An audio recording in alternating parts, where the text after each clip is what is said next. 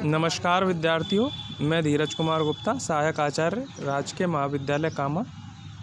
आप सभी का हिंदी की ऑनलाइन शिक्षण कक्षाओं में स्वागत करता हूं। जैसा कि मैंने आपको अध्ययन के लिए PDF के रूप में फाइल प्रेषित की थी, उसने कहा था कहानी चंद्रधर शर्मा को लेकर, और इसकी प्रथम अंक की समीक्षा मैंने YouTube वीडियो के माध्यम से आपके पास प्रेषित की थी, जिसमें हमने इस कहानी के प्रारंभिक स्वरूप को देखा, जहाँ पर अमृतसर के गलियों का दृश्य, जहाँ पर दो छोटे बालक बालिकाएं मिलते हैं।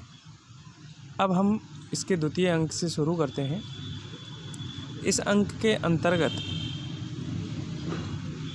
फ्रांस और जर्मनी की सीमा पर स्थित प्रथम विश्व युद्ध की घटना के टाइम के समय एक चौकी में भारतीय सैनिक जो कि ब्रिटेन की तरफ से फ्रांस की सीमा पर बेल्जियम यानी जर्मनी के साथ लड़ रहे हैं का दृश्य है।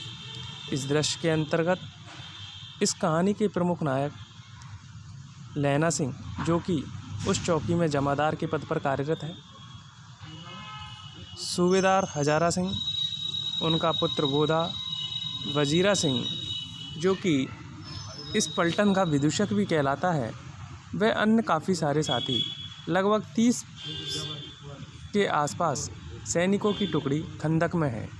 खंदक का वातावरण इनके शब्दों और संवादों से हमें मालूम चलता है, ये आपस में बात करते हैं। वहाँ बहुत ज़्यादा सर्दी है, सर्दी होने के साथ साथ बरसात भी होती है, चारों तरफ कीचड़ का माहौल है। खंदक के अंदर ही रहना पड़ता है। अगर बाहर निकलते हैं तो जर्मनियों द्वारा फेंके जाने वाले बम और उनके द्वारा निकाली जाने वाली गोलियों से मौत का साया मंडराता है। ऐसे में ये लोग आपस में बातचीत करते हैं तो सूबेदार हजारा सिंह कहता है कि लैना सिंह जी की 3 दिन और 4 दिन तो खंदक में बिताई दिए, उसके बाद रिलीफ आ जाएगी और फिर 7 दिन की छुट्टी। यानी चक्रानुसार कार्यक्रम चल रहा है, जिसमें से 4 दिन निकल गए हैं। ये लोग भी कह रहे हैं कि 4 दिन हो गए, पलके नहीं झपकी और बिना फेरे घोड़ा बिगड़ता है और बिना लड़े सिपाही। लड़ाई किसी प्रकार की हो नहीं रही है। अगर घोड़ों का आप चलाओगे नहीं तो वो बिगड़ जाता है, उसकी जो चाल है वो कमज़ोर हो जाती है। इसी तरीके से बिना लड़े ये भी परेशान हो रहे हैं। इनकी सबकी दिली इच्छा है कि लड़ाई हो जाए तो आनंद आ जाए, लेकिन ऐसा कुछ भी नहीं हुआ। और लैना सिंह इसी समय अपनी मन इच्छा बताता है कि अगर मुझे संगीन चढ़ाकर मार्च का हुक्म मिल जाए तो मैं 7 जर्मनों को अकेला मार दूं और मुझे दरबार साहब को दिल्ली पे मत्था टेंगना नसीब हो, अगर ना मारूं तो। ऐसा संकल्प सा वो करता है। और साथ ही साथ जो सूबेदार साहब है वो कहते हैं कि लड़ाई हमारे जमादार या नायाब के चलाए नहीं चलते, इसके लिए बहुत दूर बड़े अफसर सोचते हैं और वो दूर की सोचते हैं। उसके बाद फिर वो आगे बढ़ते हैं। सूबेदार जी, सच है। इस तरीके से वो आपस में बातचीत करते रहते हैं और तुरंत ही वो कहते हैं कि शाम हो गई है, पहरा बदलो, सिगड़ी में कोयले डालो।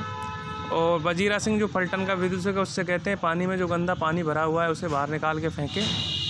इस तरीके से आपसी वार्तालाप करते हुए वो आ गए।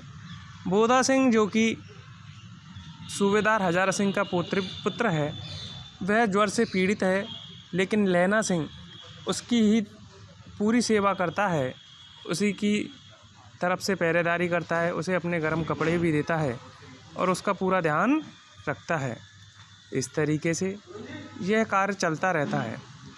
फिर अचानक हमारा उनमें आपसी वार्तालाप होता है और वार्तालाप के दौरान इस तरीके का घटनाक्रम घटता है कि आपस में मरने मारने की बात आती है। तो वजीरा सिंह तोरी चढ़ा के कहता है, मरने मारने की बात क्यों करें, मरे तो जर्मनी मरे, हमें क्या। इस तरीके से कहानी का द्वितीय अंक समाप्त होता है। इसके तृतीय अंक की चर्चा, जहाँ पर जो कहानी का मुख्य भाग भी है, संपूर्ण कहानी इसी के चारों तरफ इर्द गिर्द घूमती है, इसके बारे में चर्चा करेंगे। धन्यवाद।